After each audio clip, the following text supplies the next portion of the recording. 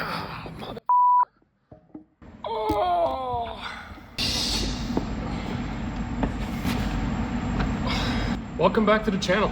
My name is Michael. I'm a 6'8" CrossFit athlete, coach, and former basketball professional.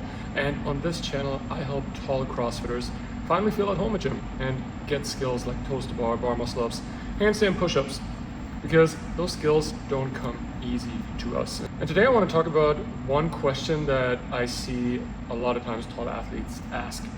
And that is, why can I not string together bigger sets of handstand push-ups? You see, a lot of times you get like a set of 3, and then all of a sudden you get a set of 8. And then, like magic, you all of a sudden can only do singles or doubles. The problem there is that you're not too weak or you don't have the technique right. It's that your training progression is most likely off and you're not working in the right sequence. Today, I want to show you the progression that I ran through a couple years ago and that I programmed for almost all of my tall CrossFit athletes. It is a fairly long progression, so don't be surprised if we're talking about 12, 16 weeks. But that's the thing, we are tall, we have long levers, super long arms. Gymnastics movements don't come easy to us, so we need to work on them over and over and over again. There is no such thing as overnight success when it comes to someone that's 6'8" and doing handstand push-ups. It requires a lot of patience, it requires a lot of work, and it requires the right progression. I'm gonna go warm up, go through my training session, and after that I'm gonna meet you at the whiteboard over there so we can walk through the training progression to actually get you to more consistent handstand push-up sets. Before I get started, please make sure to like and subscribe this channel.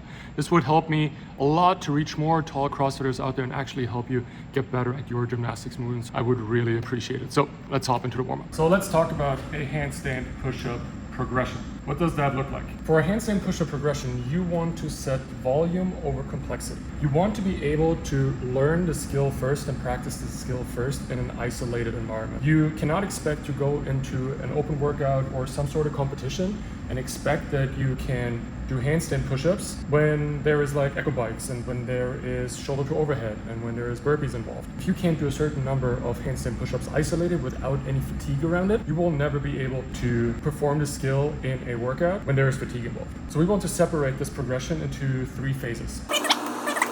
Phase 1 is practicing the movement in an isolated environment. Week 1, you do an EMOM of 8 minutes, 2 handstand push-ups. Let's start small.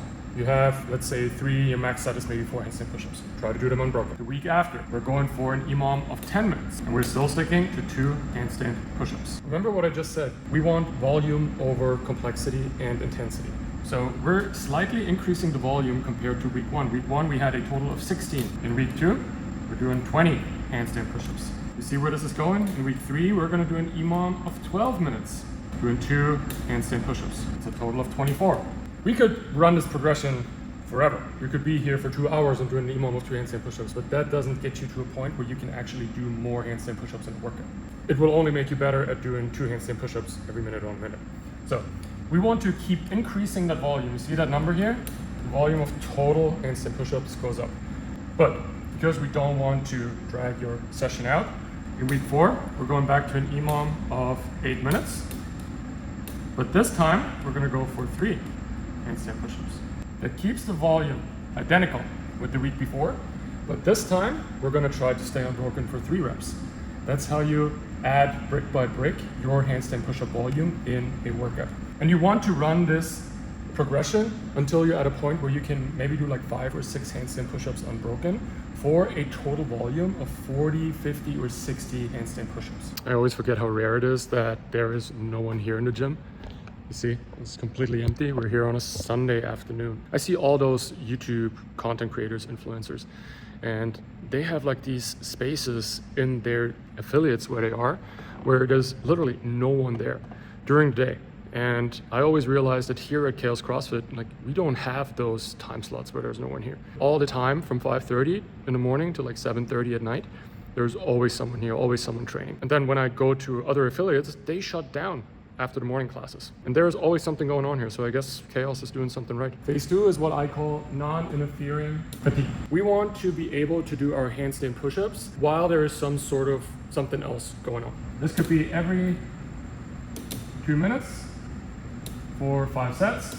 We're doing 5 handstand push-ups, unbroken.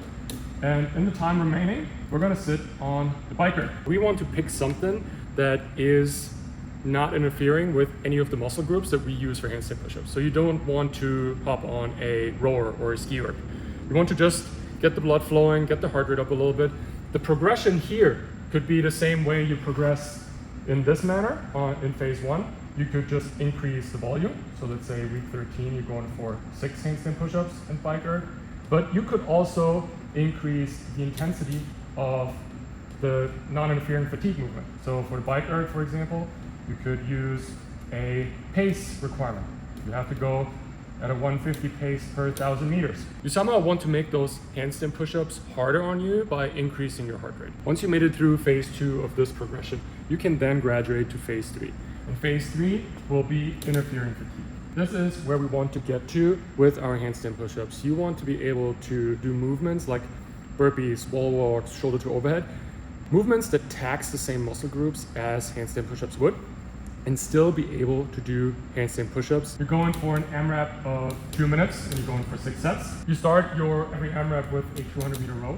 You will have to go fairly fast there because 200 meters on the rower will most likely take you 45 seconds if you want to get a good time in this workout. Then you go into 5 handstand push-ups or whatever number you're comfortable doing. And for the remainder of the time, in time remaining, you're doing burpees. And that way we're progressing throughout the weeks. Week 18, we could, for example, do 6 handstand push-ups under fatigue. We could also add the ski erg in here. Or we could switch it up and we do burpees. We have to press off the floor. So you see, these are all tiny little steps that you have to take step by step by step over a multitude of weeks. This could take months, maybe even a year before you get to those numbers, to that volume that you could do with the handstand push-ups. But that's just the reality of what it is. I know someone that's smaller might go in there and bang out a set of 10 and it's not a problem for him. Maybe you move faster through these progressions. Maybe you can do them twice a week. Or maybe you jump from 2 handstand push-ups in phase 1 to 4 to 6 to 8 right away. It is all very individual. For me, this would be a progression that I would have to go through simply because I know handstand push-ups don't come naturally to me. But again, this is just a reminder for you that you will not get better at handstand push-ups or at bigger sets and stringing them together by just doing class workouts and every now and again jump in there and try to attempt sets of 8, sets of 10.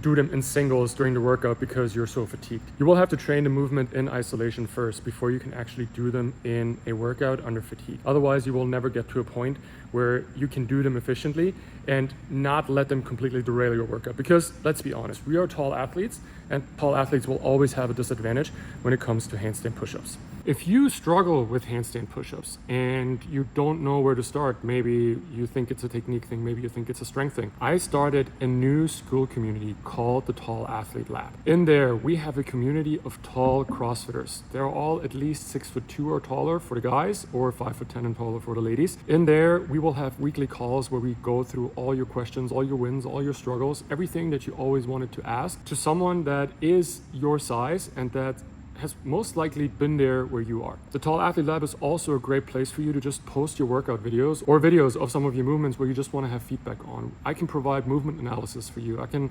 dissect your movements like toes to bar muscle up, ring muscle up, handstand push-ups, all the stuff that is super hard for tall athletes. We can go through this. I can spot the weaknesses, maybe the things that you need to work on. I'll link it in the description below. It's called the Tall Athlete Lab. Come check it out. I would love to welcome you in there. If you haven't done so yet, please make sure if you enjoyed this video, leave a like here, turn on the notification bell if that's still a thing, and don't forget to subscribe to the channel. It would really help me to reach more tall CrossFitters out there and provide them with more helpful tips when it comes to feeling more comfortable in the CrossFit gym, getting better at their gymnastics movements or their weightlifting. Don't forget, always break limits and challenge the norm. I'll see you in the next video.